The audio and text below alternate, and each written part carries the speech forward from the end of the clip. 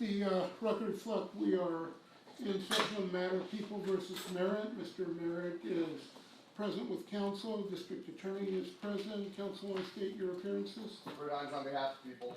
Melissa Rodriguez on behalf of the people. Sean Doherty on behalf of the people. Good morning, Your Honor. Roger Moline for Mr. Merritt. He's present. Good morning, James McGee for Mr. Merritt. And good morning, Jacob Gerard from Mr. Merritt. All right, this matter is on today for any post-conviction motions following the jury's conviction of Mr. Merritt and sentence of death. Those motions would include, obviously, the motion to the court to reduce the penalty from death to life in prison without the possibility of parole, and potentially, I would assume, a motion for a new trial on various grounds. But I understand that at least one of the defense counsel has indicated there, with regard to any post-conviction motions, there is a conflict has arisen between counsel and Mr. Merritt. Is that right? That was the motion I filed, yes, Your Honor. Okay. And that's still the case? Yes. Okay. And Mr. Moline, you don't feel you have a conflict? No, Your Honor. However, I joined in the motion to continue the sentencing because a lot of the issues that have come up as we're preparing for the motion for new trial dealt with a lot of the work that was done by Mr. McGee, and since he had taken this position and filed the motion, it's the exchange of information has not been the same. So obviously we're going to need more time for the motion for new trial. So I'm joining in the motion to continue the sentencing, and I'll let Mr. McGee address the other motion. However, it would be our request to have the issues regarding the potential conflict be done outside the presence of... Of course. Yes, thank you. And Mr. McGee, you're willing to meet with the court in camera to delineate a little bit further the nature of the conflict? Yes, sir. All right. So I'll meet with counsel and Mr. Merritt in chambers on that matter first. So I'll see counsel and Mr. Merritt in chambers. No.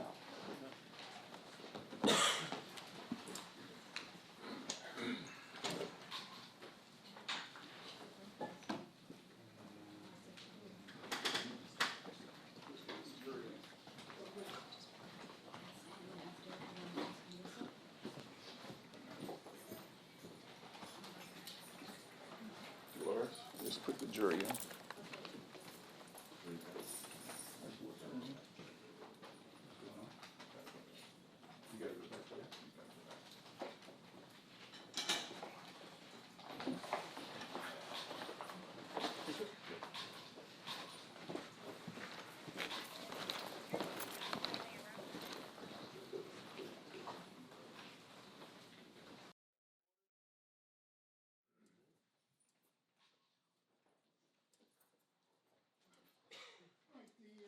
Record reflect we are back in session in open court.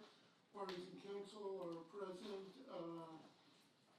Court has had an opportunity to meet with counsel and Mr. Merritt in chambers to discuss whether or not there is a conflict between Mr. Merritt and Mr. McGee that would prevent Mr. McGee from continuing to represent Mr. Merritt. Basically, I think we need, or I think Mr. Merritt and Mr. Moline need some additional time to investigate that issue to see what direction they wish to go with regard to any motions. And then I think that would decide that issue as to whether or not Mr. McGee feels there is a conflict that would preclude him from continuing or not. In any event, even if we resolve that today, none of the motions have been filed, so the defense does need additional time to file any motions for new trial and motions to reduce the sentence. So we had tentatively discussed going over to December 13th for hearing on any post-judgment, post-conviction motions and sentencing, and a status conference on the issue of whether or not Mr. Moline should be relieved or not on You mean Mr. November. McGee? You mean Mr. McGee? Mr. McGee, I'm sorry. I think we said November 1st for that, Yes, sir. In the Yes. afternoon. I think at 1:30. at 1:30 on November the 1st. And that was a closed hearing? That would be also in-camera hearing, yes. Because the only issue to be addressed at that point would be whether or not there is a conflict and whether or not Mr. McGee should be relieved. I would disagree with that assessment based on my understanding so far, because if my understanding and reading between the court's lines is that there's a conflict between one counsel, there needs to be input from the people as to whether or not Mr. Merritt is entitled to completely conflict-free counsel. And the way this is playing out in open court, you have the position of potentially pitting one trial counsel against another. I appreciate that, and that is a concern if we reach the point where Mr. McGee says, despite whatever the discussions are, I feel I have a conflict and I cannot continue. I agree we need to at least examine or address that issue as to whether or not Mr. Moline can continue or not. Further, It would be more complicated if they were in the same office, at least at this point. They are now different offices, different practices, so might not be as much of a problem. Further, the people do enter an objection. Verdict was the end of June. We've had 3 months to sort out these issues. One of the issues that people are aware of is evidence that has existed throughout this trial, at least from my surmising of pieces of information.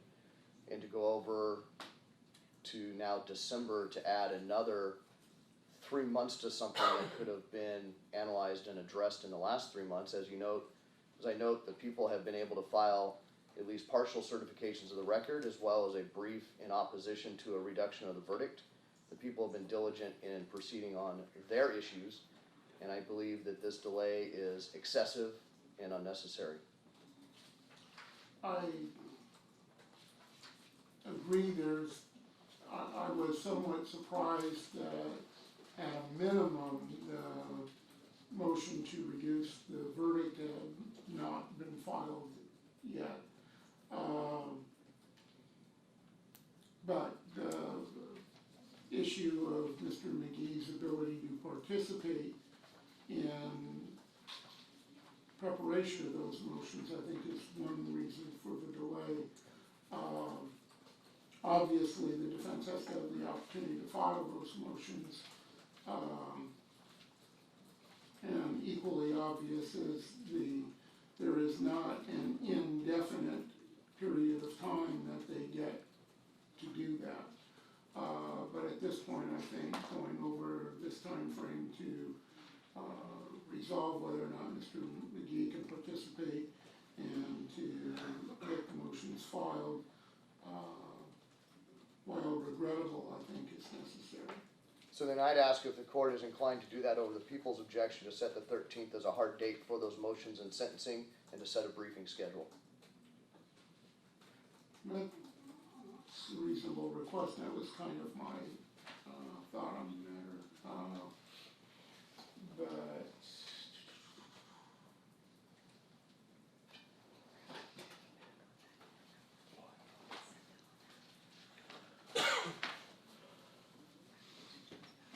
so, let's say the motions by the defense to be filed by November 22nd.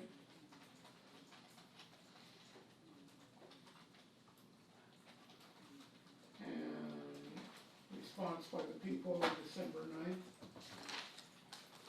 I believe our response is, well, as to a motion for new trial, yes. Okay. All right, court will order a transcript of these proceedings, copies to all counsel.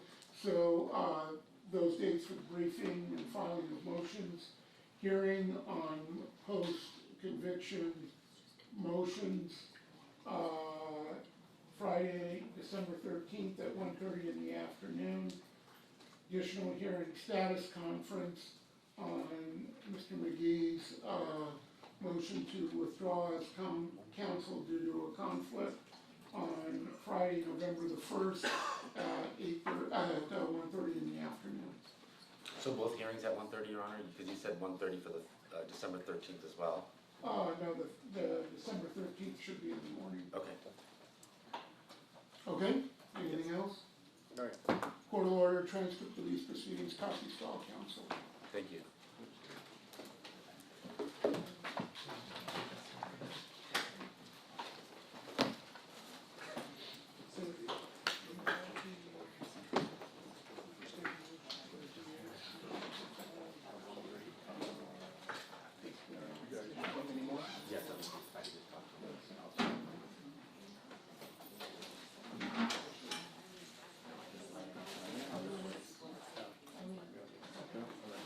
If you don't, I have this one.